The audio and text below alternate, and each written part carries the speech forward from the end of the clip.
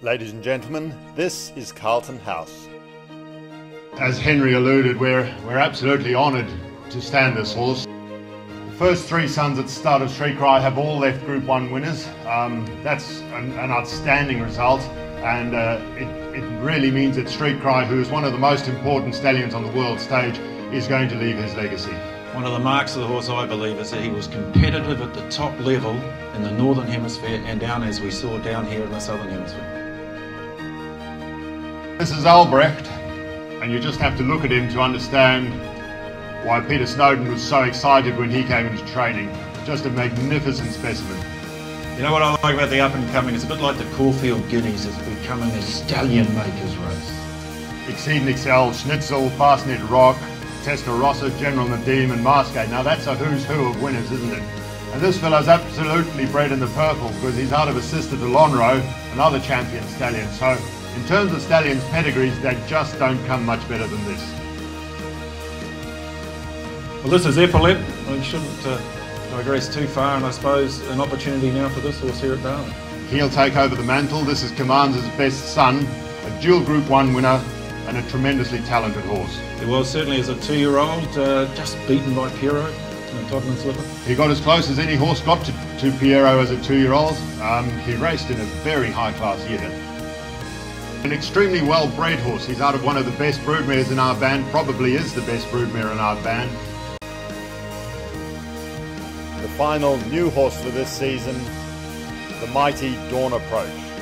One of the most exciting sires we've ever had the pleasure to be standing here at Kelvinside. Dawn Approach was the undefeated European champion at 2. Like Frankel, is this right? Like Frankel, he won the Dewhurst, the 2,000 guineas in the St James Palace Stakes. And he won them in faster times than Frankel. That's correct, and ongoing described as similar. So he was a horse of the very, very highest class. Well, one we've seen before is Bernardini, son of AP Indy.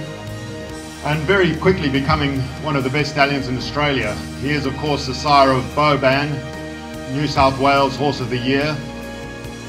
So, in just a short time, he's made a terrific impact as a stallion. And as you say, they've sold up to $500,000 in the past. This year, they sold up to $330,000 in his third crop. He's the son of Danzig and Ad Valorem, and I think he's an exciting prospect. Well, he's a horse that flies under the radar a bit. He's actually a very, very handy stallion. His statistics are extremely impressive. He's never really covered big books until recently. His biggest book and his best quality book have just turned 2, and that was off the back of his early success. I think that's the key, ladies and gentlemen, about this horse. He's had a 60% winners to runners strike rate. This is Medaglia d'Oro, becoming a very, very important stallion. An absolute superstar. He's had 11 Group 1 winners in the Northern Hemisphere, but it's the way he started off here that's got everyone talking. He's begun this season with his early crop of 3-year-olds with a bang. Peter Moody's got a very impressive debut winner the other day called Monteur. Nostradamus for the Hawk stable, very impressive in that San Domenico last weekend. Just a magnificent specimen of a horse. Next we have Poet's Voice. He won his maiden at Newmarket by 10 lengths. He won a Group 2 at the Champagne Stakes at Doncaster at the Ledger meeting as a 2-year-old. Came back at 3, had a 4.5 length win in a Group 2, the Celebration Mile. And then the next year he won the Queen Elizabeth Stakes, which is a race his grandfather, Dubai Millennium, Sheikh Mohammed's favourite horse, won 10 years previously. So the French sales were just the other day. I think they averaged over 100,000 euros for 5 sold. Top price 185,000 euros for a filly. This is Street Cry. He's a sire of 15 individual Group 1 winners. One of the most important horses on the world stage, really, because right from the word go, he's been an extremely talented stallion. He was, of course, a great racehorse himself. This year, he was actually the leading sire at the Easter Yearling Sale with an average of 465,000. His top price was $1.5 million. He's a horse that's recognised by all the best judges as one for the future. Introducing Lonhro's son, Denman. He's a lovely, lovely horse, and he throws very much horses in his own mould. He gets size, strength, quality, and they walk well. I mean, he was phenomenal as a 3-year-old. He was virtually unbeatable up to 7 furlongs. He won 9 of his 12 starts. And that's the exciting thing about him. He's got such a strong Australian heritage in his female line, and he seems to be throwing that. Came out with a string of early 2-year-old winners. Our next horse is Time Thief. Another brilliant looking son of Redout's Choice. Magnificent specimen. You can see why he fetched $2 million as a yearling. At his 4th start, he ran 2nd in the Caulfield Guineas behind Who Begot You that time. His oldest now are 3-year-olds. He's shown enough with his early 2-year-olds, hasn't he? Absolutely. Starting from a low base again. He's had 5 winners, 7 place getters from his first 19 runners. Ladies and gentlemen, some say that he's the best 2-year-old that they've ever seen, and that he did bodybuilding when he was a foal.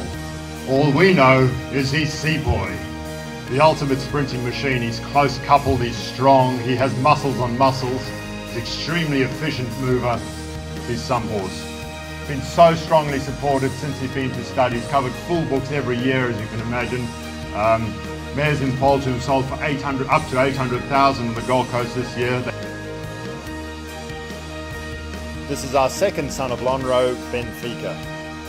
He's got a great pedigree. By Lonhro out of the Danehill mare, and when you see him, you see Danehill. He's a big, strapping horse. Well, he was a Group 1 winning 2-year-old, Benfica. And Group 1 wins are hard to come by, particularly when you're only 2. There's only 5 Group 1 2-year-old races on offer in Australia in any one season. And that means to win one, you don't only have to be competitive, you have to be very good. They have the 3 P's, don't they? Pedigree, performance, and physique. He's certainly got all of those. Here's Lonhro, ladies and gentlemen, one of the all-time favourites of the Australian turf, and one of Australia's great, great racehorses.